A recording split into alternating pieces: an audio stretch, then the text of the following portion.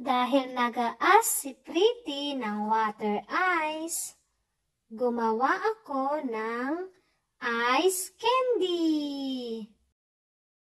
Wala na kasi kaming stock sa freezer kaya ito na lang muna. Pangmadalian pero at least meron.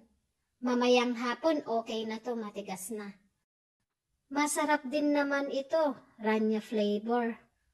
Wala na kasi akong ibang ingredients dito sa bahay, kaya ito na lang muna.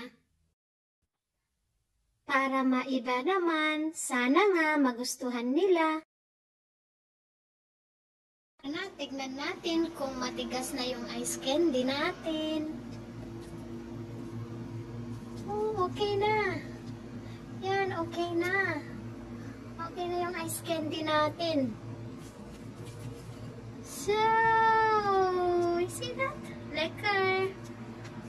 Ayan na, kuha tayo ng 4. Wow! Filipino style ice candy.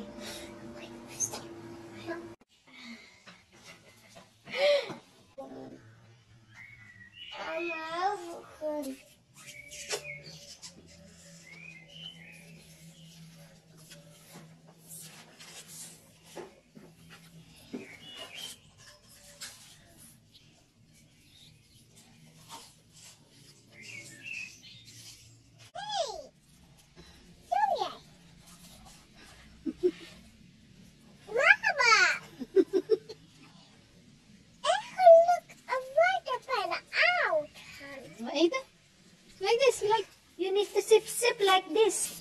Gusto. Yan nga, at nagustuhan naman nila.